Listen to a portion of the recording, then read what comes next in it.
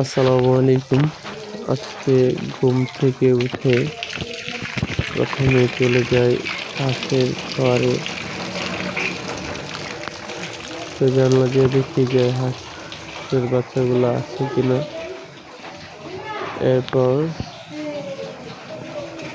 দরজা খুলে হাঁসের খামারে ঢুকে যাই। হাঁসের খামারে ঢোকার পর দেখি যে এরা ঠান্ডায় সব একসাথে দলা হয়ে আছে। সারা রাত বৃষ্টি হওয়ার কারণে ওয়েদার প্রচুর ঠান্ডা, তাই এরা ঠান্ডায় সবাই একসাথে দলা হয়েছিল।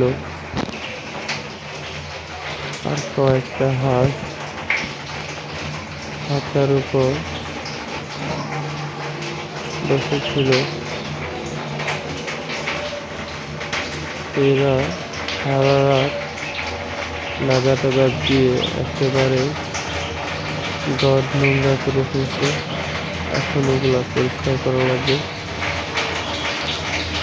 তো বৃষ্টি পড়তেছে, তাই এখন এদেরকে বাইরে ছাড়ি দেয়।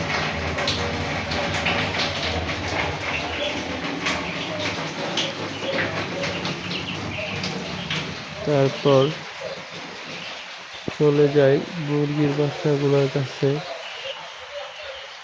এখানে একটা মুরগি ডিমে তাপ দিচ্ছে, ডিম ফুটাবে নতুন বাচ্চার জন্য। আর 9টা মুরগির বাচ্চা বন্দি করে রাখা হয়েছে। এদিকে হাঁসের বাচ্চাগুলো ছুটে পালাচ্ছে, দৌড়াদৌড়ি করতেছে।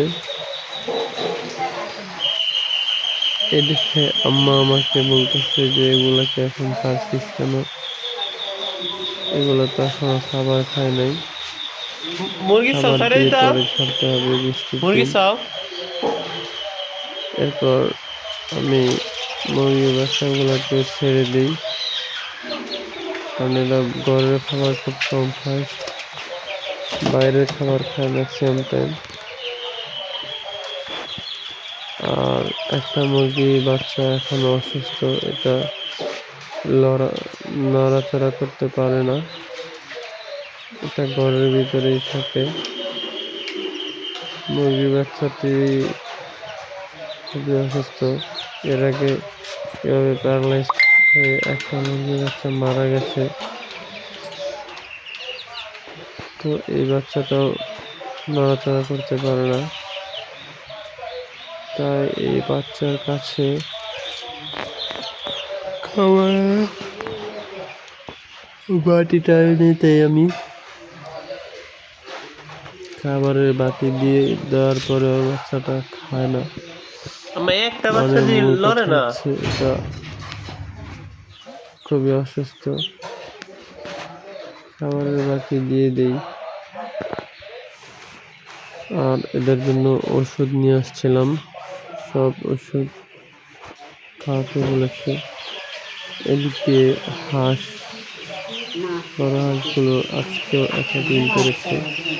4 দিনে মোট 4টা ডিম পেড়েছে।